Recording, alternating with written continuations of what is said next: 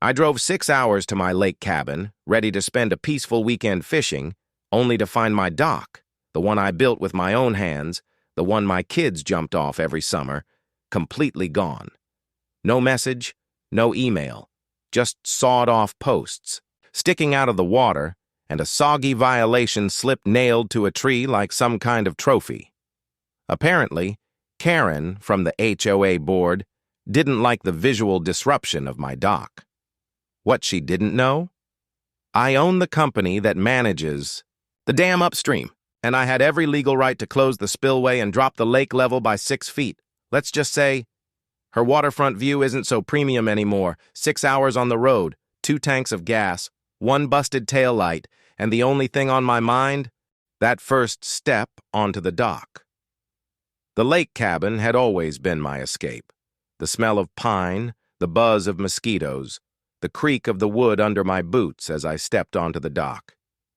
That was my reset button. No HOA, no deadlines, just water, sky, and peace. But not this time. As I pulled into the gravel drive, I noticed something was off. Too much open water in front of the cabin. No shadows stretching across the lake like usual. No birds perched on the railing. My gut tightened. I walked down the path, heart thudding, and that's when I saw it. Gone. Not damaged, not removed for repairs. Gone. My dock. The one I spent 2 summers building by hand. The one where my kids learned to fish. Where my dad used to sit with a thermos and tell stories, had been ripped clean off the shoreline. All that was left were 4 muddy wooden posts jutting from the water like broken fingers, and nailed to the old pine tree beside it, a bright yellow violation notice flapping in the breeze like a middle finger. Notice of removal, unauthorized structure on shared community shoreline, demolished in accordance with Lakeview Estates HOA Policy 4B. President Karen Wexley. No call, no warning, no email. Just a soggy paper and a destroyed memory. I stood there, knees locked, hands shaking for I don't know how long. Maybe 5 minutes, maybe 50. The lake was still, mocking me, as if it didn't know what it just swallowed. That dock wasn't, just wood. It was where my son caught his first base, screamed like he'd won the lottery, where my daughter used to sit and dangle her toes over the edge, pink floaties still on her arms, where I scattered my dad's ashes at sunrise, right before winter came, when the fog still curled low across the water like breath. You don't just remove something like that. You don't erase people's lives because it blocks your view. Stormed back to the cabin, kicked the door open, and yanked open the old filing cabinet. Inside was everything: tax records, permits, cabin deeds, and yes, a copy of the HOA welcome packet I had skimmed the day I bought the property 5 years ago.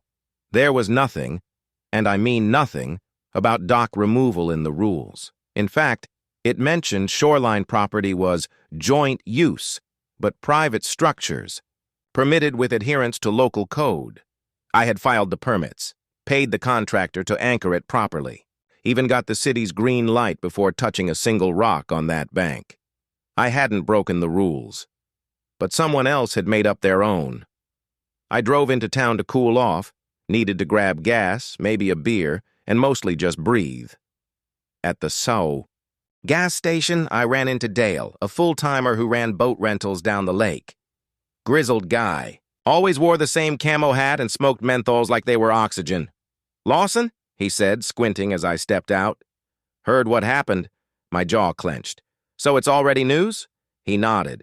"Karen had it torn down 2 mornings ago. Said it didn't match the lakeside aesthetic. Called it an eyesore. It wasn't even visible from her lot." Dale shrugged. "Didn't matter. She's been on a warpath lately. Yours was the 3rd dock this month.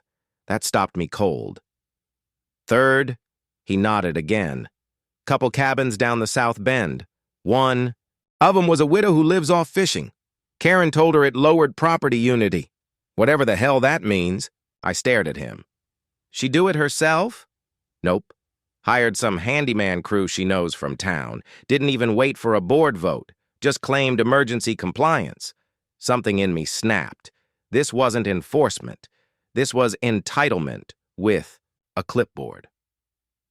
Back at the cabin, I sat on the steps of the deck overlooking the lake. The water lapped gently at the bank like nothing had changed. Like it wasn't hiding the bones of what was mine. I pulled out my phone, found the HOA contact number from that old welcome packet, and dialed. Voicemail. Figures. Then I scrolled to the HOA email, typed a message. Subject, dock removal without.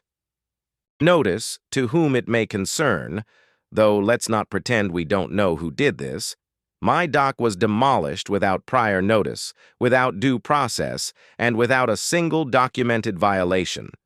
I have all permits, records, and compliance checks on file. Consider this my formal request for full explanation in writing, proof of board authorization, contact information of demolition crew. If I don't receive all three within 72 hours, this matter escalates. You didn't just tear down wood. You tore down something irreplaceable.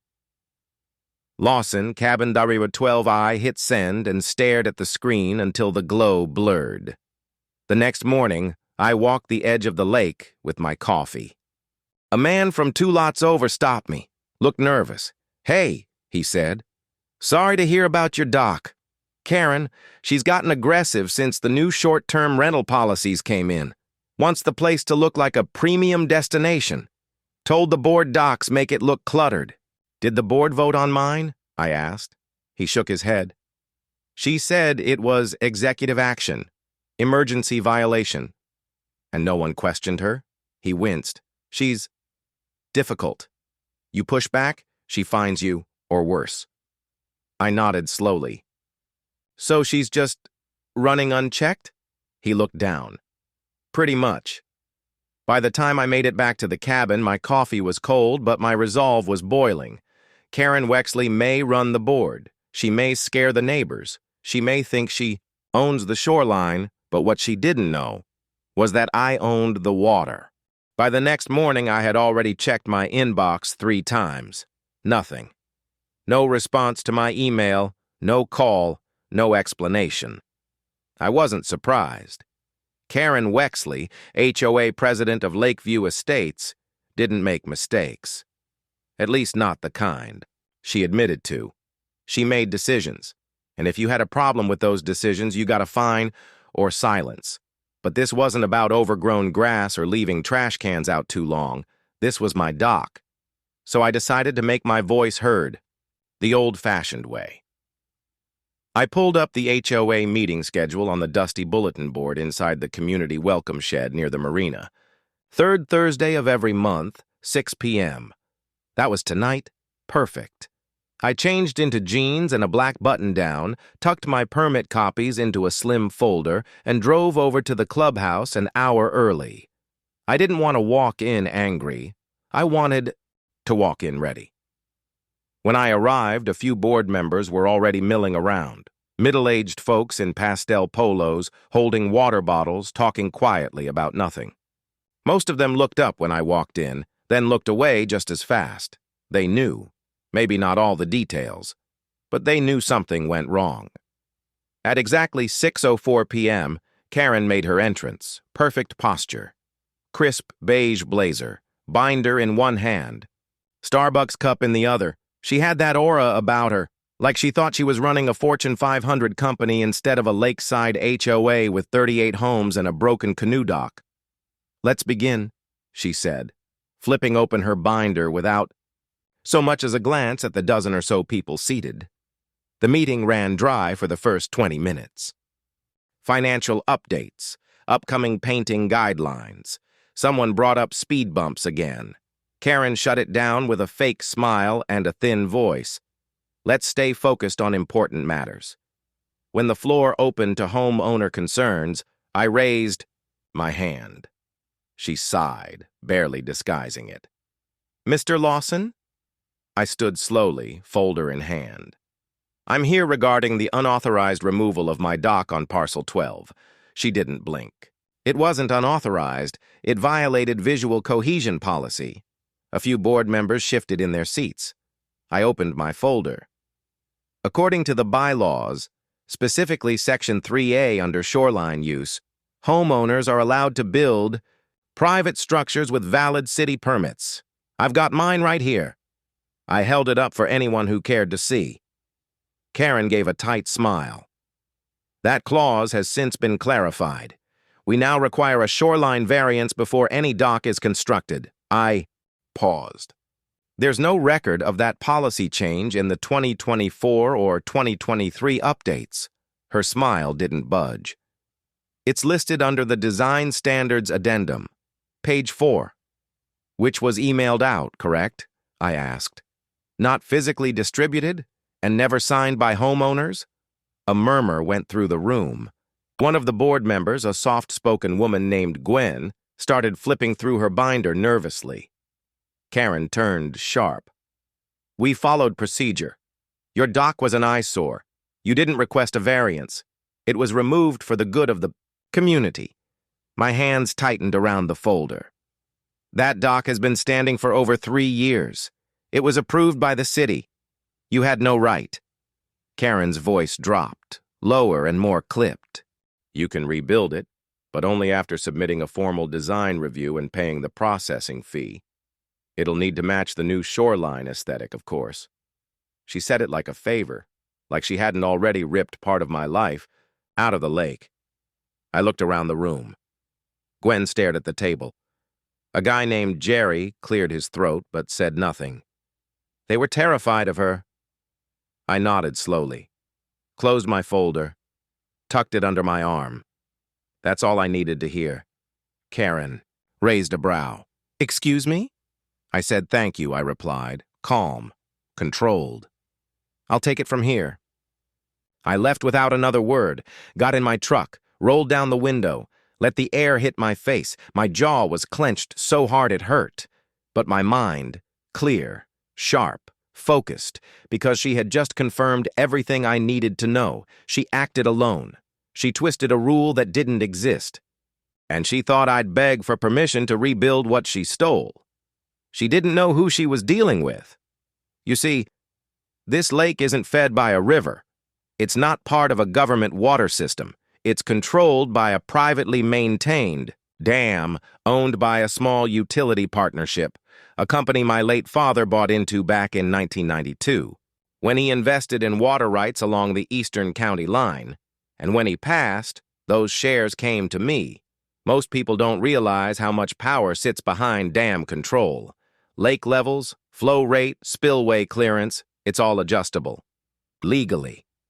As long as maintenance is filed and safety protocols are followed, you can drop the water line by 6 feet and no one can say a word, especially not the HOA. I drove back to the cabin, pulled out the old records box from under the bed, and flipped through the utility folder. There it was, Certificate of Stakeholder Interest, Greystone Water and Flow Management Cooperative. Signed, sealed, still valid. I picked up my phone, dialed the number listed on the bottom. A gruff voice answered. Greystone Water, this is Ron. Hey, Ron, I said. This is Lawson. I need to file a maintenance request for the spillway. Time for a seasonal level adjustment. He paused. You sure? Oh, yeah, I said, eyes locked on the now empty shoreline out front. I'm very sure. The form was only 1 page, simple, just a few checkboxes, a justification line, and a signature. Seasonal Spillway Adjustment Request, Greystone Water and Flow Management Cooperative. I wrote the reason as carefully and as calmly as I could. Annual, maintenance testing, water level reduction required for shoreline sediment survey, which was true, mostly. Every year, we were allowed 1 scheduled drawdown to test shoreline erosion, dock integrity, and environmental impact. It just so happened that this year I had a personal reason to take it seriously. I faxed it in before sunrise, and by noon it was approved. Ron from Greystone called later that day. You really want to do it this weekend? He asked. Lake's full. Cabins are busy. You know they're going to complain. Yeah, I said. That's kind of the point. There was a pause, then a low chuckle. Karen? Karen. He let out a wheeze of a laugh. Well, hell, you want me to flip the switch?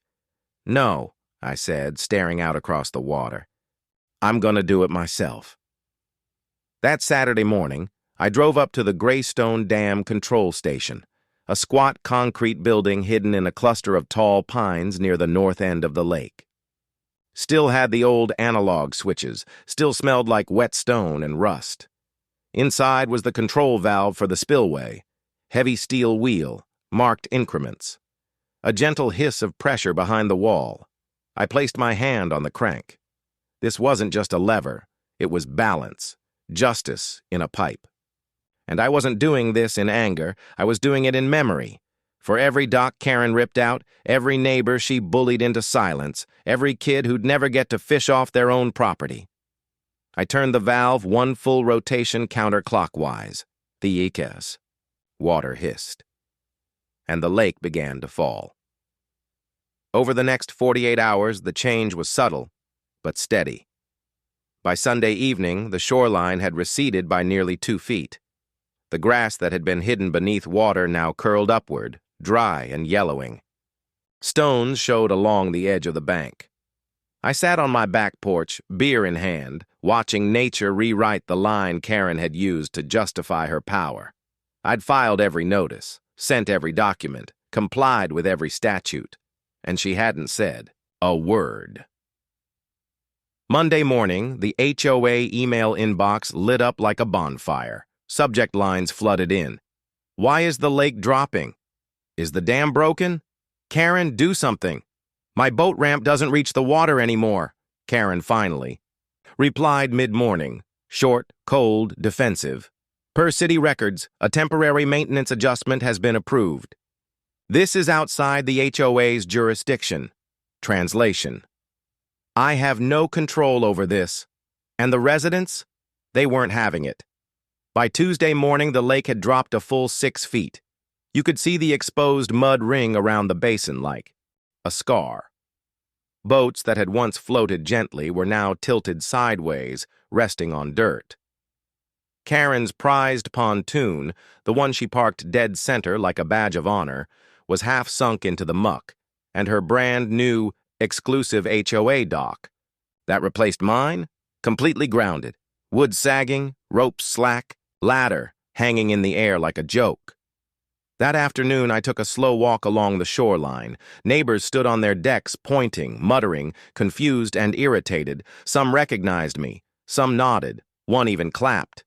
I didn't stop, didn't explain. I just let the silence work for me.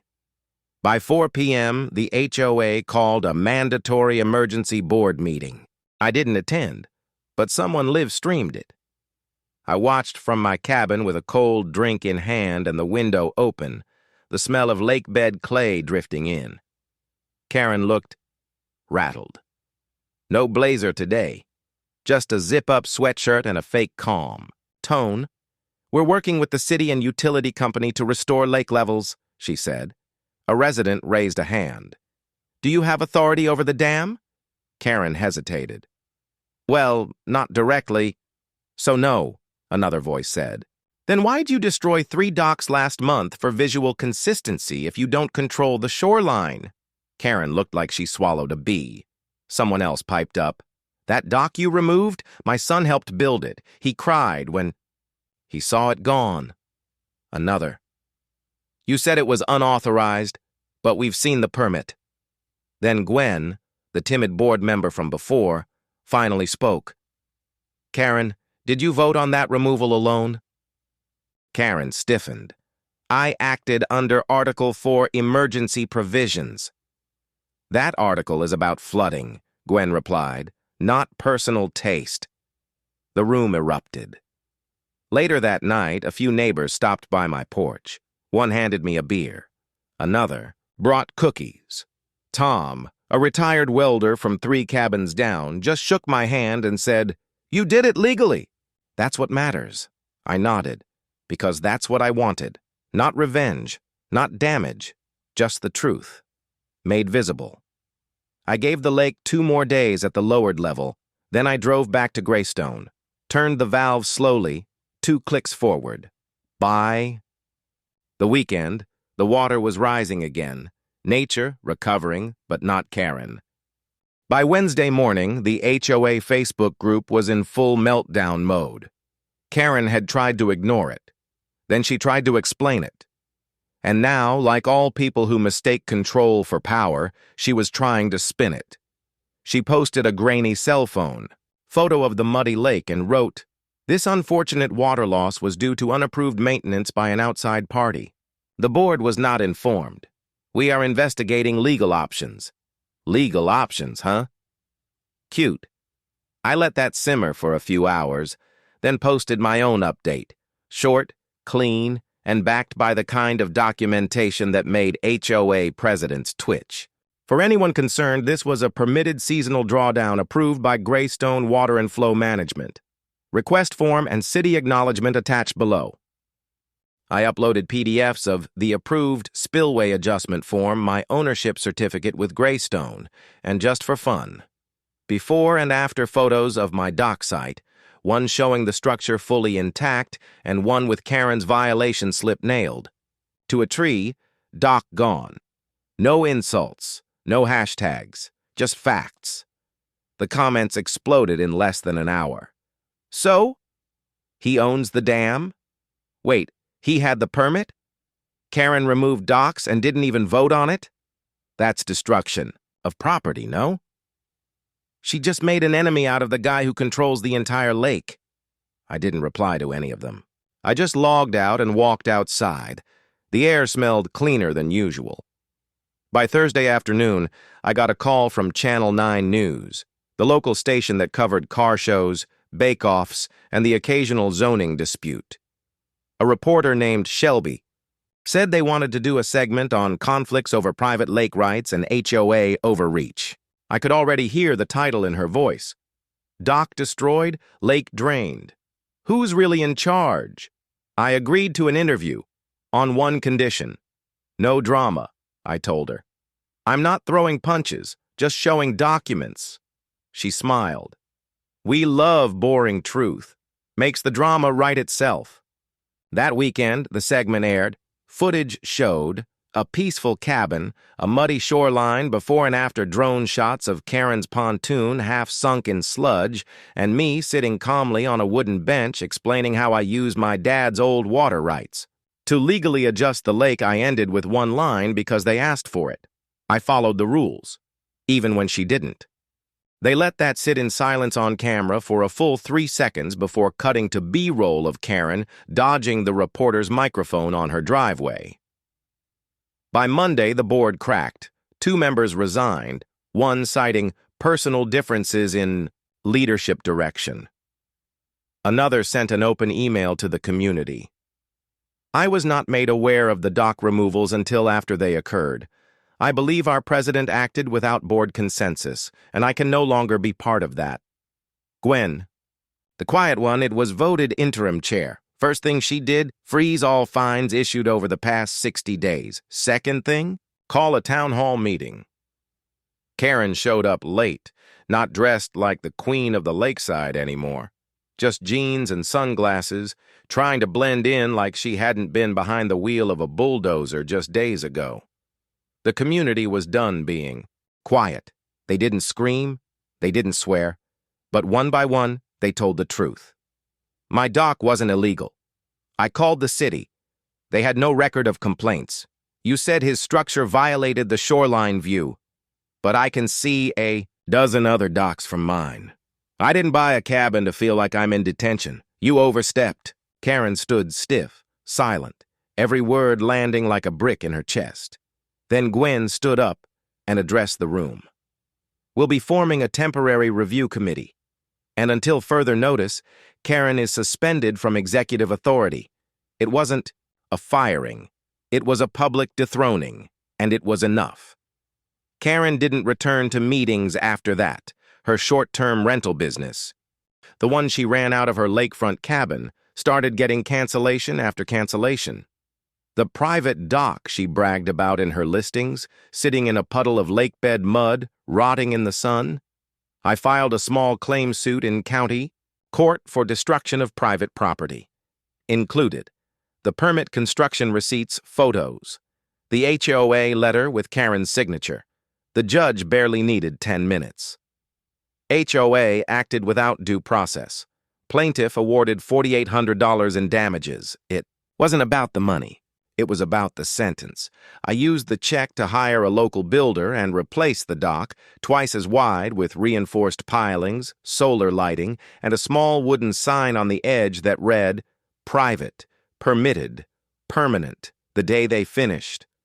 Construction. A few neighbors came down to watch. Kids threw rocks into the water.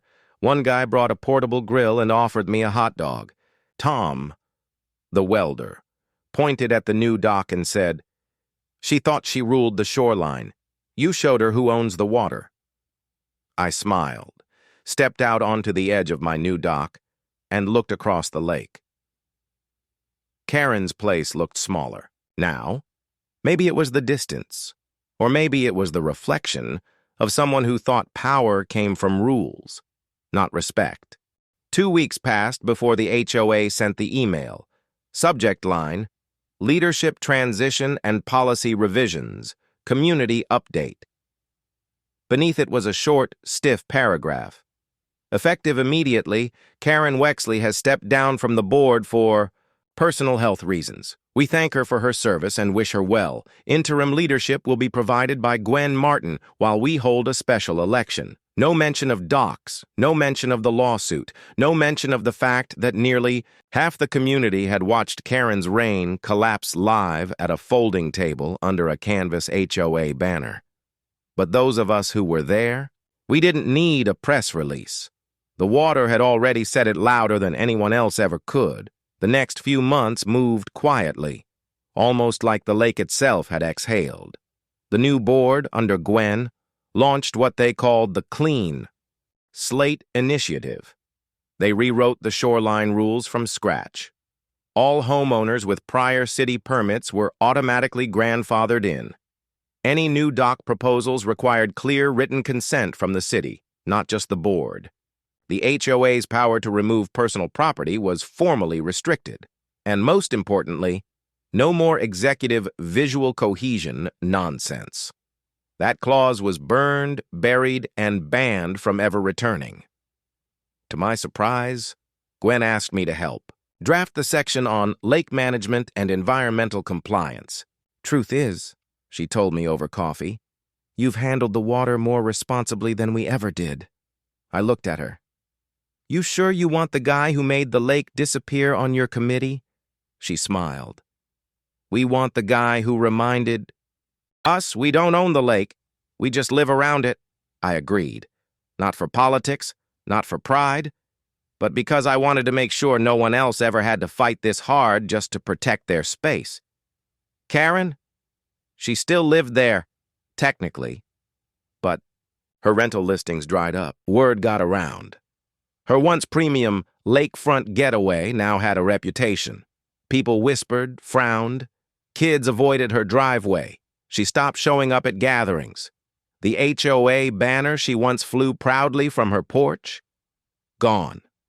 The woman who once thought she owned the view now lived behind drawn curtains, watching a lake she no longer controlled. As for me, I rebuilt my dock stronger than ever. Same footprint, but with heavy pilings sunk deeper, reinforced decking, and a small bench at the far end. I didn't crowd it with chairs or lights. I didn't turn it into a statement. It was simple, sturdy, honest, like it used to be. Sometimes I sit out there with a thermos of coffee, just like my dad used to. I watch the water, smooth and reflective, drifting slow like it knows it's safe now. There's peace in knowing the people who tried to control everything are finally quiet. No new violations, no surprise notices. Just stillness. Neighbors stop. By more often now.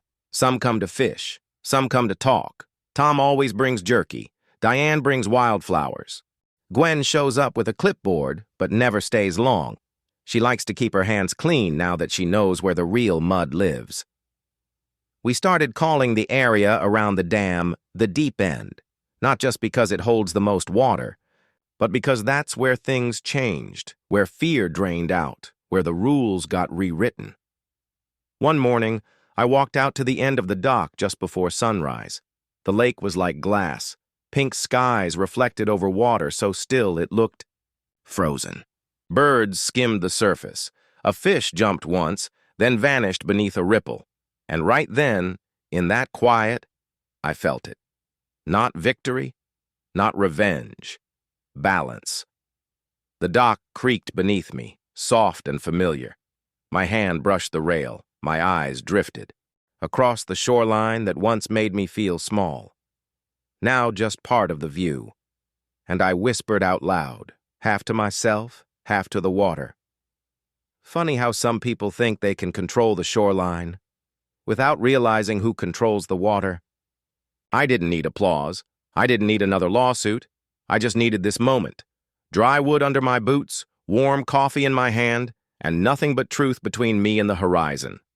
That was mine, and no HOA form, no fake bylaw, no control-hungry neighbor could ever take it away again. Later that week, Gwen sent me a small wooden plaque. Burned into the grain were the words, "Let the water settle where it belongs." We mounted it on the post at the start of the dock. No fanfare, no speech. Just a symbol. For anyone who steps onto that dock in the years ahead, they'll see it, and maybe they'll ask, and maybe someone will tell them the story of how a man came back to find what was his torn down, and without raising his voice, without breaking the rules, he dropped a lake 6 feet and raised a community even higher.